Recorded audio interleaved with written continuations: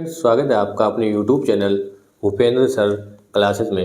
Class 10th वालों का जो प्री बोर्ड का आपका पेपर हुआ था, ये वाला 2025 का मैथ का पेपर है ये, ठीक है। और ये जो पेपर आपका हो रहा है 2026 में हो रहा है। और ये जो 2025 आपका लिखा है, ये रिजर्व सेट था, बोर्ड पेपर ही, ठीक है। ये बोर्ड पेपर बहुत सारे सेट बनते हैं, ठीक है। तो जो सेट बचे हुए होंगे उन्हीं को 2025 में बना था ये, उसी को 2026 में प्री बोर्ड में लगा दिया गया, ठीक है। जिसका सेट कोड था 822 BAJ। इसके आज हम लोग ऑब्जेक्टिव क्वेश्चन सारे सॉल्व कर लेंगे, क्योंकि इसमें जो प्रश्न आए हैं बहुत इंपॉर्टेंट है बोर्ड एग्जाम के लिए, क्योंकि ये बोर्ड का ही पेपर है, ठीक है। पहले स्कूलों में जो आते थे प्रिंटिंग प्रेस से आते थे, तो उसमें बहुत सारा मिसप्रिंट भी होता था और प्रश्न जो थे उस लेवल के नहीं होते थे। तो आज स्टार्ट करते हैं हम लोग। पहले इसका ऑब्जेक्टिव सॉल्व करेंगे, उसके बाद अगले नेक्स्ट वीडियो में जो है इसके लघुत्तरी, उसके बाद विस्तृत, ठीक है। पहला प्रश्न आपका दे रखा है, पहला प्रश्न यहाँ पे दिया है कि 42 तथा 15 का एलसीएम 210 है। आपके पास पेपर होगा, प्रश्न आप वहाँ से देख सकते हैं। शॉर्ट में हम यहाँ पे प्रश्न लिखेंगे और उसको सॉल्व करेंगे। 42 और 15 का एलसीएम 210 है, मतलब पहली संख्या कितनी है? पहली संख्या हमें पता है, पहली संख्या यहाँ पे दे रखा है, ठीक है। पहली संख्या है 42 और दूसरी संख्या कितनी है? 15। दूसरी संख्या है 15। सवाल में कह रहा है कि 42 तथा 15 का एलसीएम, एलसीएम क्या होता है? एलसीएम होता है लासा। एलसीएम क्या होता है भाई? लासा होता है। लासा हमें दे रखा है 210 और निकालना क्या है? 42 और 15 का हमें एचसीएफ निकालना है, तो एचसीएफ निकालना है इसका। एचसीएफ का मतलब होता है मासा, ठीक है। मासा हमें निकालना है, तो इसको हमें सॉल्व करना है। तो सबसे पहले इसको क्या करेंगे, देखो आपको फार्मूला यहाँ पे पता होना चाहिए। पहली संख्या गुणे दूसरी संख्या बराबर एचसीएफ गुणे एलसीएम। मतलब पहली संख्या first number into second number इसको तो एचसीएफ इंटू एलसीएम, मतलब मासा गुणे लासा। तो हमें पहली संख्या तो पता है कितना है 42, दूसरी संख्या भी पता है कितना है 15, बराबर एचसीएफ कितना है? एचसीएफ हमें निकालना है, तो एचसीएफ निकालना है हमें, गुणे में एलसीएम कितना है? एलसीएम है 210। तो हमें एचसीएफ जब निकालना है तो एचसीएफ बराबर क्या हो जाएगा? 42 गुणे में 15 बटे में 210। इसको अब सॉल्व करना है, ठीक है। देख सकते हैं इसको किससे डिवाइड कर लेते हैं? 5 से इसको पहले डिवाइड कर लो। 5 या 15, ठीक है। और 5 से इसको करेंगे 5 चौके 20, ठीक है। 5 चौके 20, एक बचा। फिर यहाँ पे कितना हो जाएगा? यहाँ पे कितना है? 21 था। फिर 5 या 15 हो गया, 5 चौके 20, 1 5 दूना 10, 42, ठीक। ये वाला 42 और ये वाला 42 कैंसिल, तो एचसीएफ कितना आ गया? एचसीएफ आ गया 3। और यही वाला इसका आंसर था, ठीक है। ये वाला इसका आंसर था। तो इसमें देख सकते हैं ऑप्शन कौन सा सही है।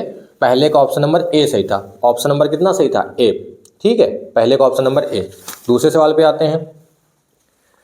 स्क्रीनशॉट कर लेंगे इसका, या तो वीडियो को रोक के उसको पूरा लिख लेंगे, सॉल्व कर लेंगे। अगला प्रश्न है दूसरा, इसका ए ऑप्शन सही था। संख्या 240 का अभाज्य गुणनखंड क्या होगा? संख्या 240 है, इसका अभाज्य गुणनखंड। देखो जो पहला सवाल है, इस प्रकार का हर एक सेट में हर बार हर साल प्रश्न पूछा जाता है। और दूसरा जो अभाज्य गुणनखंड वाला 156 पूछ लेता है, 5005 पूछ लेता है। एनसीईआरटी बुक में पहली अभ्यास में ये वाले सवाल हैं, तो आपको ये आने चाहिए भाई। एक ही नंबर से आपका ऑब्जेक्टिव आता है, ठीक है। अभाज्य गुणनखंड बताना है, तो अभाज्य गुणनखंड देख लेते हैं इसका क्या हो जाएगा। तो 240 को फैक्टर कर लेते हैं। 240 किससे कटेगा? पहले तो 2 से ही कटेगा। 2 एकम 2, 2 दूनी 4, 0 आ गया। फिर 2 से काटेंगे, 2 छंग 12, 0 आ गया। फिर 2 से काटेंगे 30 आ गया। फिर 2 से काटेंगे 15 आ गया। 15 30 होता है, 3 बचे 15, 5 एकम 5। तो इसका फैक्टर क्या हो जाएगा? 2 गुणे 2 गुणे 2 गुणे 2 गुणे 3 गुणे 5। मतलब क्या हो जाएगा इसका? 240 का मान हमें लिखना था ना अभाज्य गुणनखंड। इसका अभाज्य गुणनखंड क्या हो गया? अभाज्य गुणनखंड बराबर। तो अब यहाँ पे देखना ये होता है कि यहाँ पे कौन सी संख्या कितनी बार। यहाँ पे देखो 1 2 3 4 बार है, तो 2 की पावर 4 लिख देंगे, गुणे में 3 गुणे में 5। बस आंसर हो गया भाई। इसका ऑप्शन नंबर कौन सा सही है? बी ऑप्शन सही है इसका। ये देखो बी ऑप्शन है इसमें, बी ऑप्शन इसका सही हो जाएगा। बाकी 2 की घात 3 है, 3 की घात 3, 3 की घात 3 इसमें आ ही नहीं रहा है। सिंपल सा है। दूसरा प्रश्न भी आपका हो गया। तीसरे पे आ जाते हैं, ठीक है। तीसरे पे आ जाते हैं। तीसरा आपका दिया है रैखिक समीकरण वाला। दिया है कि रैखिक समीकरण युग्म 2x + 3y + 5 बराबर 0 है तथा माइनस का 4x माइनस का 6y बराबर 10 है, तो इसका हल कैसा होगा? अद्वितीय होगा, 2 हल होंगे, अपरिमेय रूप से अनेक होंगे या इनमें से कोई नहीं। तो समीकरण हम लिख लेते हैं यहाँ पे 2x प्लस 3y प्लस 5 बराबर 0, इसको मान लेते हैं समीकरण नंबर 1। और फिर दिया है माइनस का 4x माइनस का 6y बराबर 10 दे रखा है। इसको पहले समीकरण को सही बना लेते हैं, समीकरण को पहले सही कर लेते हैं। माइनस का 4x माइनस का 6y माइनस का 10 बराबर 0, समीकरण इसको मान लिया 2। अब समीकरण 1 और 2 की तुलना कराते हैं। देखो ऑब्जेक्टिव आपको लगाना आता है तो अच्छी बात है, वहाँ पे डायरेक्ट लगा देंगे, लेकिन इनको सॉल्व करना भी आता हो सकता है ये आपको 2 नंबर में पूछ लेगा। ठीक है, तो सारे प्रश्न सॉल्व करा रहे हैं आपको, जिससे आपको थोड़े से इसके कॉन्सेप्ट क्लियर हो जाएंगे। समीकरण 1 व 2 की तुलना a1x plus b1y plus c1 बराबर 0 तथा a2x प्लस b2y c2 बराबर 0 से करने पर। ठीक है भाई, इस समीकरण 1 और समीकरण 2 की तुलना हम करा रहे हैं a1x plus b1y plus c1 बराबर 0, a2x plus b2y plus c2 बराबर 0 से तुलना करा रहे हैं। सबसे पहले देखो a1 की जगह क्या है, यहाँ पे देखो x के साथ में a1 है, यहाँ पे x के साथ में क्या है 2, तो यहाँ पे a1 का मान 2। जिसको अब भी समझ में नहीं आ रहा है तो आराम से एक सवाल समझ लो या कमेंट बॉक्स में बताएंगे, दोबारा से ऐसा सवाल बहुत सारे इसके सवाल है उसमें बुक में, वो करा देंगे। एक एक सवाल को अच्छे से अभी समझ लेंगे तो हो सकता है इसी प्रकार का प्रश्न आपको पूछा जा सकता है, पेपर में आएगा तो दिक्कत नहीं होनी चाहिए। b1 का मान कितना है, यहाँ पे कितना है 3, c1 का मान कितना है, c1 का मान यहाँ कितना है 5। अब हम मान लिख रहे हैं यहाँ पे, देखो a2 का मान यहाँ पे है, यहाँ पे a2 का मान कितना है 4। अब यहाँ पे देखो समीकरण 2 था तो समीकरण 1 की तुलना इससे करा दी है, समीकरण 2 की तुलना इससे कराएंगे। यहाँ पे b2 की जगह भी कितना लिखा है, यहाँ पे b2 का मान है, यहाँ पे b2 का मान माइनस का 6 और यहाँ पे c2 का मान माइनस का 10। अब यहाँ पे ध्यान ये देना था, देखो इक्वेशन में पहले वाला समीकरण तो सही दे दिया, दूसरे वाले उसने क्या किया बराबर में दे दिया, उसको पहले इधर लाना पड़ेगा। तो यहाँ पे हम निकाल लेते हैं a1 बटे a2 बराबर 2 बटे माइनस का 4, b1 बटे b2 बराबर 3 बटे माइनस का 6 और c1 बटे c2 बराबर 5 बटे माइनस का 10। अब देखो 2 दूनी 4, ये आ गया माइनस का 1 बटे 2, ये आ गया 3 दूना 6 माइनस का 1 बटे 2, ये आ गया 5 दूना 10 माइनस का 1 बटे 2। कहने का मतलब ये है कि a1 बटे a2 बराबर, यहाँ पे लिखेंगे चूँकि a1 बटे a2 बराबर b1 बटे b2 बराबर c1 बटे c2। ठीक है, तीनों इक्वेशन इक्वल हो गए, तीनों मान जो है वो बराबर है। a1 बटे a2 बराबर b1 बटे b2 बराबर c1 बटे c2 आया। अब जब a1 बटे a2 b1 बटे b2 बराबर c1 बटे c2 होता है तो उसके जो समीकरण के मान होते हैं, पहले तो रेखाएं अगर पूछता तो रेखाएं कैसी होती, रेखाएं होती संपाती, लेकिन हमें यहाँ पे संपाती पूछ नहीं रहा है, रेखाएं हमसे क्या पूछ रहा है, हमसे पूछा कि समीकरण के जो हल है वो कैसे होंगे। अद्वितीय तो होगा नहीं, दो हल भी नहीं होंगे और इसके हो जाएंगे अपरिमित रूप से अनेक हल। सी ऑप्शन इसका सही हो जाएगा, अपरिमित रूप से अनेक हल। समझ गए होगे भाई, ये आंसर है। ऑप्शन नंबर देख सकते हैं इसमें कौन सा है, सी, अपरिमित रूप से अनेक हल। चौथे सवाल पे आ जाते हैं। ठीक है, चौथा सवाल है द्विघात बहुपद 6x स्क्वायर। चौथा सवाल 6x square minus 7x plus का 5, यह है द्विघात समीकरण। इसको शून्यकों का गुणनफल हमें बताना है। इसको भी एक मान लेते हैं, समीकरण 1 मान लेंगे, इसकी तुलना करा, पूरा हम डिटेल से आपको समझा रहे हैं। समीकरण 1 की तुलना ax square plus bx plus c से करने पर, अगर इक्वेशन में बराबर 0 दे तो 0 लगा सकते हैं, कोई दिक्कत नहीं इससे करने पर। ठीक है, a का मान कितना है भाई 6, b का मान कितना -7, c का मान कितना है 5। ठीक, आपको पता है गुणनफल क्या होता है, क्या कह रहा है, मूलों का गुणनफल, शून्यकों का गुणनफल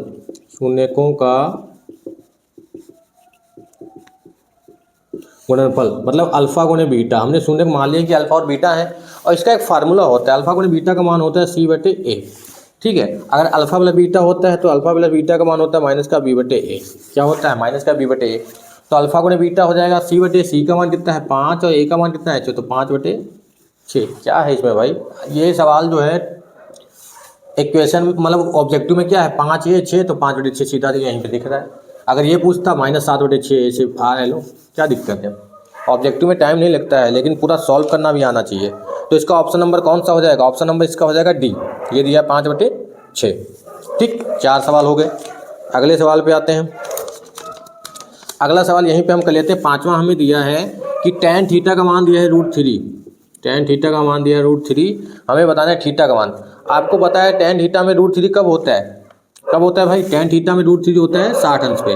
तो tan थीटा बराबर ये हो जाएगा tan 60, दोनों तरफ तुलना कराएंगे तो tan कैंसिल भी कर सकते हैं, थीटा की वैल्यू कितनी आ जाएगी 60 अंश। कितना आ गया 60, ये वाला हो गया, पांचवा ये हो गया। ठीक है, अगले पे आ जाते हैं।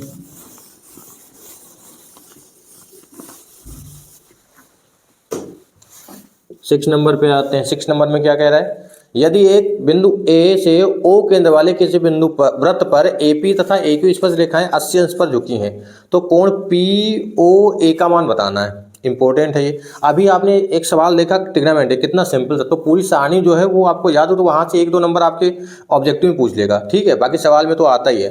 तो एक चित्र बनाना है, पहले हमें एक वृत्त बनाते हैं, सर्कल। ठीक है, यहाँ पे कह रहा है कि बिंदु ए से, एक बिंदु ए है, हमने यहाँ पे बिंदु ए मान लिया।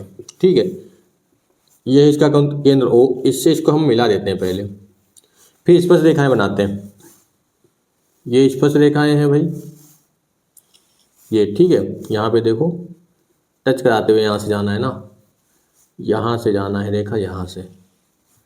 ठीक है, ये ए है बिंदु, और इसमें कह रहा है कि AP और AQ, AP मतलब यहाँ पे हम P मान लेते हैं, यहाँ पे मान लेते हैं Q, इससे हम इसको मिलाते हैं। ठीक है, जो यहाँ पे जो टच करती है स्पर्श रेखा, इससे इसको मिलाते हैं। अब कह रहा है कि एक एक केंद्र O वाले वृत्त पर एक ही स्पर्श रेखा परस्पर 80 अंश के कोण पर झुकी हैं। तो ये जो रेखाएं हैं ये कितने अंश पे झुकी हैं, ये है 80 अंश। ठीक है, और हमें बताना है कोण POA बताना है। मतलब हमें कौन सा कोण बताना है, POA, ये वाला हमें बताना है POA, ये वाला, ये एंगल हमें बताना है। ठीक, दो तरीके से लगा सकते हैं इसको। देखो इसको किस प्रकार से लगा सकते हैं। पहली बात तो सवाल ऐसे दिया, तुक्का लगाएं, गलत भी हो सकता है, सही भी हो सकता है, लेकिन अगर कॉन्सेप्ट आता है तो हो सकता है आपको लगाने के लिए पूछ लेता है 2 नंबर में। तो सबसे पहले अगर कोई सर्किल है, यहाँ पे कोई पॉइंट 2 स्पर्श रेखाएं हैं, जैसे ये स्पर्श रेखाएं हैं। ठीक है, ये स्पर्श रेखाएं हैं, अगर हम मान लेते हैं ऐसे स्पर्श रेखाएं हैं कोई, तो ये जो ये है एंगल और ये वाला एंगल, इन दोनों एंगलों का जो सम होता है वो होता है 180। कितना होता है भाई, 180। तो 180 ये है इन दोनों का जोड़। ये वाला एंगल अगर हमें 80 दिया है तो ये वाला कितना हो जाएगा, 100। समझ गए, ये वाला 100 हो गया। जब ये 100 है तो अगर बीच से हम लाइन यहाँ पे खींचते हैं, ठीक है, तो ये 50 होगा और ये कितना होगा, 50 होगा। यही तो हमसे पूछा, तो कोण POA कितना हो जाएगा, 50 हो जाएगा। लेकिन हमें सॉल्व करना है। ठीक है, तो यहाँ पे हम ऐसे ही लगा सकते हैं कि कोण PAQ प्लस कोण क्या है POQ बराबर होता है 180। और ये वाला एंगल हमें दे रखा है। ठीक है, ये वाला एंगल हमें कितना दे रखा है, 80। PAQ का ये है 80 प्लस POQ बराबर 180। तो POQ बराबर हो जाएगा 180 माइनस का 80। तो POQ का मान कितना आएगा, POQ का मान आएगा 100। कितना आएगा, ये 100 आ गया। अब हमें बताना है आधा आधा दोनों एंगल बताना है, मतलब बीच से एक रेखा खींची है तो हमें बताना है POA का मान। तो ये हो जाएगा 1/2 गुणे POQ। ठीक, ये बताना। देखो यहाँ पे लिखते हैं, हमें POQ का मान कितना दिया, POQ का मान 100 दिया, तो हमें बताना है POA बताना है। तो 1/2 गुणे POQ, तो 1/2 गुणे इसका मान कितना है 100, तो कितना आएगा 50। तो ये आ गया 50 अंश। ऐसे लगा देंगे। या दूसरा तरीका भी है, ये कितना होता है, ये होता है 90। ये भी कितना होता है 90, 90 होता है। ये 90 है, ये भाई पूरा जब 80 है तो ये हो जाएगा 40, और ये कितना हो जाएगा 40। और आपको पता है कि किसी त्रिभुज में सभी जो एंगल है, जो कोणों का योगफल होता है वो कितना होता है 180। तो ये है 90, ये है 40, 90 40 कितना हो गया 130, और 180 होता है जोड़, तो 180 से 130 घटा दो, कितना आया 50। तो ये भी तो आया है। ठीक है, ऐसे भी आ जाएगा। दो तरीके इसके हो गए। तो इसमें ऑप्शन नंबर कौन सा सही है, 5वां था ना, छठे में ऑप्शन नंबर B सही है। ठीक है, ये देख सकते हैं ऑप्शन नंबर B सही है 50। ठीक है, दो तरीके से इसको बता दिया, दोनों तरीके से लगा सकते हैं आप। ठीक है, अगले सवाल पे आते हैं। 7वां, सातवें में कह रहा है कि यदि एक घटना निश्चित रूप से घटती है तो इसकी क्या प्रायिकता होगी। ठीक है, 0 होगा, 1/2 होगा, 3/4 होगा, 1 होगा। तो जो कोई घटना है ये प्रायिकता का एक सवाल है। ठीक है, मतलब 1 नंबर का है, सिर्फ आपको इसमें बताना है डायरेक्ट आंसर। यदि घटना निश्चित रूप से घट रही है तो उसकी प्रायिकता क्या होगी। जब वो घटना निश्चित रूप से घट ही रही है तो उसकी प्रायिकता हमेशा क्या होगी, उसकी प्रायिकता हमेशा 1 होगी। क्या होगी, 1। तो इसका आंसर नंबर डी सही हो जाएगा, ऑप्शन नंबर डी 1 सही हो जाएगा। ठीक है, आठवां भी इसी प्रकार का है। आठवें में कह रहा है आर त्रिज्या वाले एक ठोस अर्धगोले का कुल पृष्ठीय क्षेत्रफल क्या होगा। तो अर्धगोले का पृष्ठीय क्षेत्रफल क्या होता है, तो ऑप्शन नंबर इसका हो जाएगा सी। ये वाला ऑप्शन इसका सही हो जाएगा। कुल पृष्ठीय क्षेत्रफल, कुल अर्धगोले का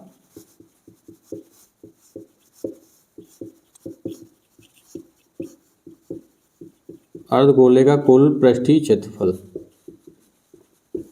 ये हो जाएगा 3πr²। कुल पृष्ठीय क्षेत्रफल का मतलब होता है संपूर्ण पृष्ठ भी कहेंगे इसको। ठीक है, ऑप्शन नंबर सी। अर्धगोला मतलब जैसे ये इस प्रकार से ये है, ये ओ मान लिया, ये त्रिज्या आर है, ये अर्धगोला बन गया। ठीक है, आठवां हो गया। 9 नंबर देखते हैं।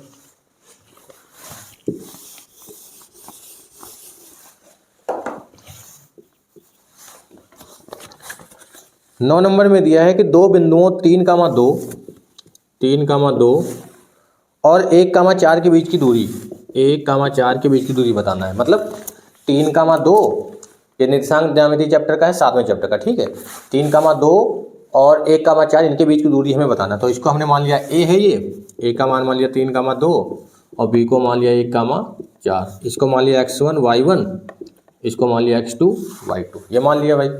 अब हमें इनके बीच की दूरी निकाल, तो ए बी बराबर एक फार्मूला होता है square root x1 minus x2 का whole square plus y1 minus y2 का होल स्क्वायर। ये फार्मूला लगा दो, या ये वाला भी लगा सकते हो, square root x2 minus x1 का होल स्क्वायर, कोई दिक्कत नहीं है, y2 माइनस y1 का होल स्क्वायर। बस यहाँ पे x2 है तो यहाँ y2 पहले ही होगा। हम ये वाला लगा के देख रहे हैं। ठीक है, x1 का मान कितना है, 3 माइनस का 1, x1 x2, 3 माइनस 1 का स्क्वायर प्लस 2 माइनस का 4 का स्क्वायर। अगर भाई ये भी लगा के देख दो, अगर डाउट हो कि इससे आंसर सेम ही आएगा कि नहीं आएगा तो वो भी देख सकते हो, कोई दिक्कत नहीं है। उसे 1 माइनस 3 प्लस 4 माइनस 2,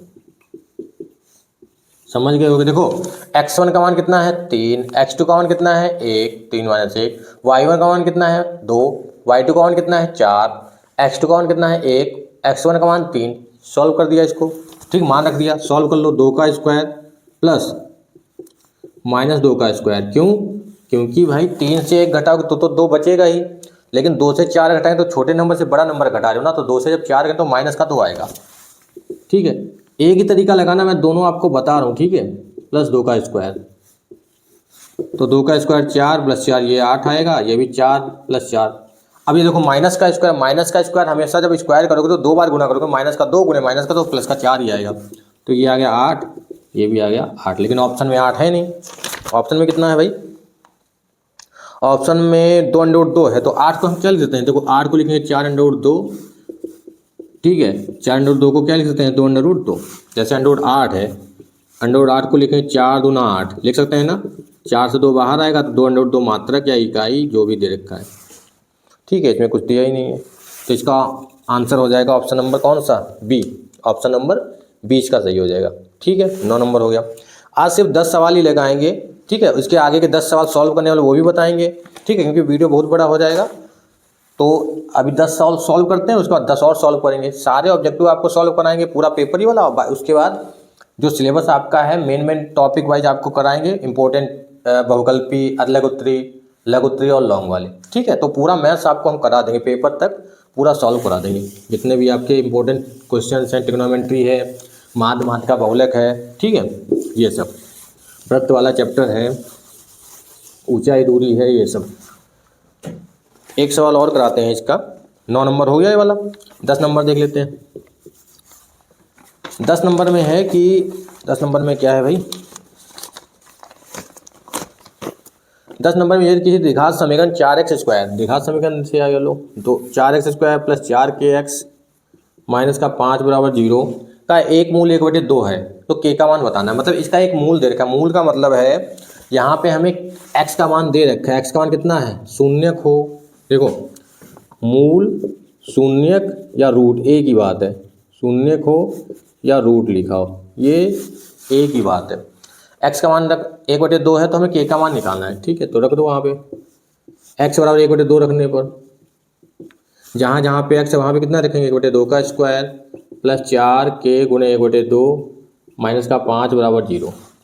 मतलब शून्य का हमें दे रखा है, मूल दे रखा है हमें, जहाँ पे x दे रखा था वो वहाँ पे हमने 1/2 रख दिया, k का मान निकल जाएगा 4 गुणे 1 का स्क्वायर 1, 2 का स्क्वायर 4 प्लस 2 से इसको कैंसिल कर दो, 2 क्या आएगा माइनस का 5 बराबर 0, 4 4 कैंसिल, 1 बचा, तो 2k 1 प्लस 2k माइनस का 5 बराबर 0, 2k माइनस का 4 बराबर 0। देखो 2k 1 माइनस का 5, अब 1 से 5 को हमें घटाना है, मतलब माइनस की संख्या बढ़ी तो 5 से 1 घटा तो 4 बचेगा, माइनस का 4 बचा, तो 2k बराबर कितना हो गया, 2k बराबर का माइनस का 4 हो गया प्लस का 4, तो k बराबर आ गया 4/2। जब k का मान आया 4/2 तो 2 दूनी 4, तो k का मान कितना आ गया, k का मान आ गया 2। ऑप्शन नंबर इसमें है ए। ठीक, तो ये 10 ऑब्जेक्टिव थे, ठीक है, जिसको सॉल्व किया। आगे ट्रिग्नोमेट्री का भी है, बहुलक वाला सवाल है, ठीक है, और आगे भी सॉल्व करने वाले हैं सारे, ठीक। तो उसके बाद पहले ऑब्जेक्टिव सॉल्व कर लेंगे, ऑब्जेक्टिव सॉल्व करने के बाद लघुत्तरी वाले जो सवाल हैं, उसके बाद अधलघुत्तरी 2 नंबर वाले जो हैं, उसके बाद 4 नंबर वाले, उसके बाद 6 नंबर वाले। तो सारे पूरा पेपर सॉल्व करेंगे, ये बहुत इंपॉर्टेंट पेपर है, इसमें से बहुत सारे प्रश्न आपको मिल सकते हैं, ठीक है।